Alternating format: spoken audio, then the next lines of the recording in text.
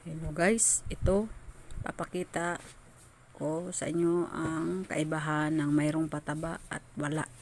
Itong mga mais na to, hindi ito nalagyan ng pataba. Hindi siya nalalagyan, kaya ang nangyayari, kumpara natin dito sa kabila, ito balik tayo, wala na yellowish yung dahon niya at saka mapandak yung katawan niya. Ito naman kabila, matatangkad kasi nalagyan nga siya ng pataba 2 beses. Ito hindi siya nakatikim kahit 1 beses, kaya ang nangyayari, magkaiba sila pagdating sa bunga. Hindi siya nagkakaroon pa ng bunga, namumulaklak lang pero hindi siya nagka bunga pa.